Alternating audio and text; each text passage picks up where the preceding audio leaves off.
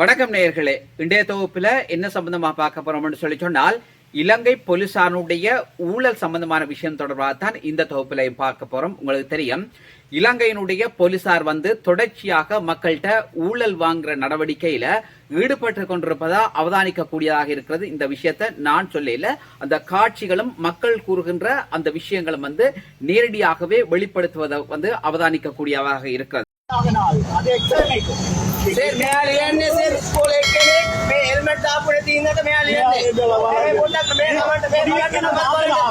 Motor சைக்கிள்ல பயணித்துக் கொண்டிருந்தவர்களை இடம் மறிச்ச இலங்கையினுடைய போக்குவரத்து போலீசார் அவர்களிடம் லஞ்சம் கேட்பதாக கூட அந்த இடத்திலே பொதுமக்கள் அந்த கருத்தை தெரிவித்திருந்தார்கள். இதுல என்ன விஷயம் என்று சொல்லி சொன்னால், அவர்கள் சொல்ற விஷயம் என்று சொல்லி சொன்னால், அவர்களிடம் என்ன செய்திருக்கிறோம், லஞ்சம் கேட்டிருக்கிறோம். ஆனால் அவர்கள் லஞ்சம் கொடுப்பதற்கு மறுத்த போது அவர்களை வலுக்கட்டாயமாக எழுதுவதற்கு முற்பட்டிருக்கிறோம். என்னத்துக்காக எழுத முடியும்னா, தண்டப்பணம் அவர்களிடம் விதிப்பதற்காக இலங்கையினுடைய போக்குவரத்து போலீசார் அந்த இடத்துல அவர்களுக்கு தண்டப்பணத்திற்கான அந்த சிட்டையை நிரப்புவதை கூட அவதானிக்க கூடியதாக இருக்கிறது.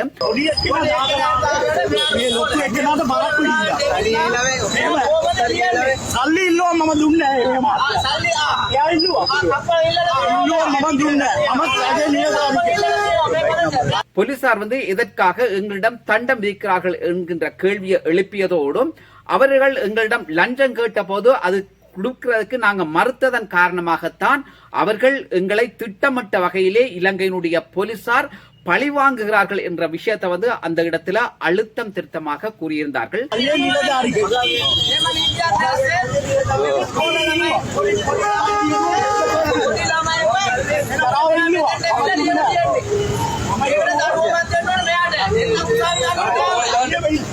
அதே நேரத்திலே அதாவது அந்த சிட்டை அல்லது தண்ட பணத்துக்கான அந்த சிட்டையை நிரப்புகின்ற அந்த போலீசார் அல்லது அந்த போலீஸ் அதிகாரி எந்த விதமான கருத்துக்களையும் தெரிவிக்காம அந்த இடத்துல அந்த சிட்டையை நிரப்புறத அவதானிக்க கூடியதாக இருந்திருக்கிறது.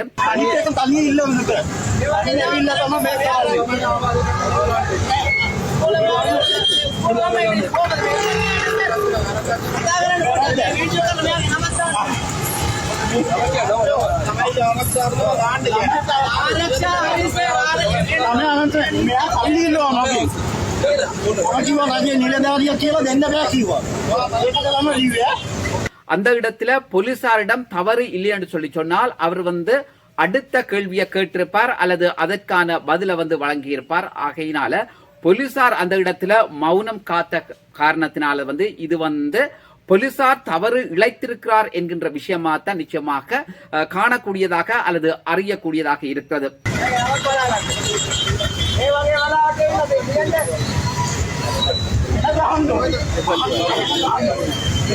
இந்த இடத்துல போலீசார் அந்த இடத்துல மட்டும் தவறு விடையில நேற்றைய தினம் கிளிநொச்சியில பாதசாரிகள் கடக்கிற அந்த கடவைய வயோதிப பெண்ணொருத்தர் கடக்க முற்பட்ட போது அல்லது கடந்து கொண்டிருந்த போது மோட்டார் சைக்கிள்ல இரண்டு போலீசார் சீருடைக்குள்ள இரண்டு போலீசார் அந்த வயோதிப பெண்ணை மோதிய சம்பவம் பார்க்கக்கூடியதாக இருந்திருக்கிறது. அந்த இடத்துல என்னன்னு சொல்லி சொன்னார், போலீசார் இப்படித்தான் தொடர்ச்சியாக தான் தோன்றித்தனமான செயற்பாடுகளிலே ஈடுபட்டிருக்கிறார்கள். குறிப்பாக பல இடங்களில் லஞ்சம் வேண்டி இருக்கிறார்கள். மது போதையை அறிந்துவிட்டு தங்களுடைய காம்ரான் சொல்லப்படுகின்ற அந்த ரூமுகள் அறைக்குள்ளேயே படுத்து உறங்கி இருக்கிறார்கள். அதே போன்று மக்களை தேவையற்ற விதமாக பழிவாங்குகின்ற விதத்திலே போலீசார் செயற்பட்டு வருகிறார்கள். இப்படி போலீசார் மீது பல வகையான குற்றச்சாட்டுகள் எங்களுடைய நாட்டிலே முன்வைக்கப்பட்டு வருகிறது.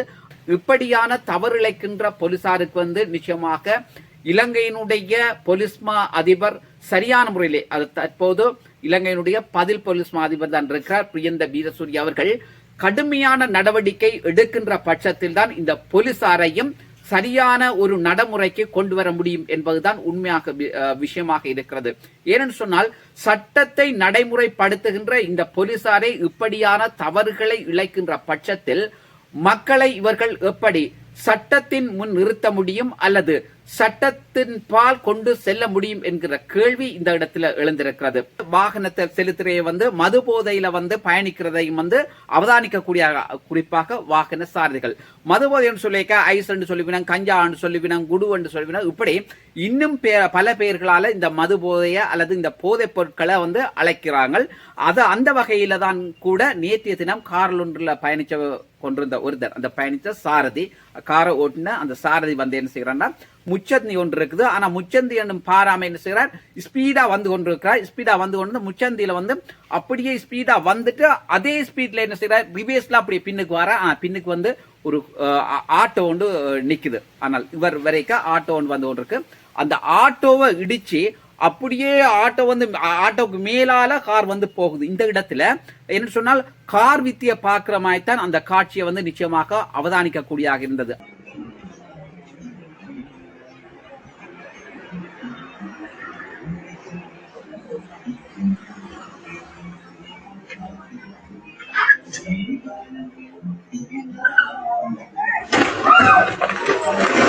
இப்படித்தான் போதையில பயணிக்கிற சாரதிகள் விடுகின்ற ஒவ்வொரு தவறினூடாக இன்றைக்கு எவ்வளவோ விபத்துக்கள் இடம்பெறுகிறது. இதனூடாக இன்றைக்கு எத்தனையோ பேர் தங்களுடைய உயிர்களை இழக்க வேண்டிய சூழ்நிலை, அதயத்தில் விபத்துக்குள்ளாகி காயப்பட வேண்டிய சம்பவங்கள் எல்லாம் நிறைய ஏற்படுது. இது ஒரு நகரத்தில் இடம்பெற்ற சம்பவமாக இருக்கிறது. அந்த வகையில் தான் இந்த இடத்திலும் இலங்கையினுடைய போலீசார், குறிப்பாக அந்த போக்குவரத்து போலீசாரும் இந்த இடத்துல முக்கியமாக கவனம் செலுத்த வேண்டியது அவர்களுடைய பாரிய பொறுப்பாக இருக்கிறது. அதே நேரத்தில் இன்னொரு சம்பவம் என்னன்னு சொல்லி சொன்னால், பலாங்கொட ஒழுங்காந்தோட்டை என்ற இடத்துல ஓட்டோ சாரதி, அதாவது முச்சக்கர வண்டி சாரதி ஒருத்தர் அந்த பாதையை கடந்து கொண்டிருக்கிறார். கடந்து கொண்டிருக்க ஒருத்தர் என்ன செய்யறார், மோட்டார் சைக்கிள்ல நல்ல ஸ்பீடா வரார். ஆனா ஸ்பீடா அவர் அவரை பார்க்காம என்ன செய்யற, அவரோட கண்ட்ரோல் பண்ண முடியாத ஒரு நிலை ஏற்படுது.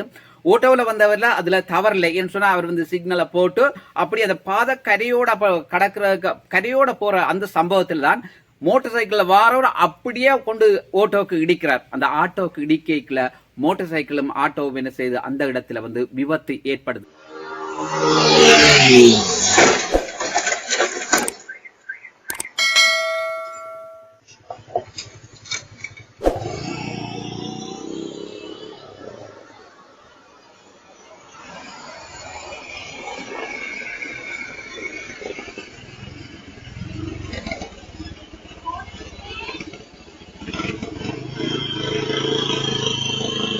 இப்படித்தான் பல வகையான விபத்துக்கள் ஏற்படுது. இந்த இடத்துல வாகனங்களை ஓட்டுற மோட்டார் சைக்கிள் துவக்கம் பெரிய வாகனம் வரைக்கும் வாகனத்தை செலுத்துறவே மிக அவதானத்தோட, அதயத்துல இந்த போதைகளை பாவிச்சு செலுத்துறதால தான் இப்படியான சம்பவங்கள் தொடர்ச்சியாக ஏற்பட்டு கொண்டிருக்கிற. அதயத்துல உங்களுக்கு தெரியும், இன்றைக்கு காலையில 8:30 மணி அளவுல காலி மாவட்டத்தில் என்ன நடக்குன்னு சொன்னா, 3 பஸ் பேருந்து சொல்லுவோம், 3 பஸ் நல்ல ஸ்பீட்ல கொண்டிருக்குது.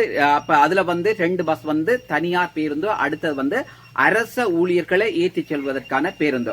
சரி, இப்ப 3 பஸ்கள் ஸ்பீடா கொண்டிருக்குது. ஆனால் இவை என்ன செய்யணும்னு சொன்னால், ஒரு பஸ் தனித்து நிக்குது. ஆனா அந்த பஸ்ஸுக்கு ஒரு போய் என்ன செய்யுது, இடிக்குது.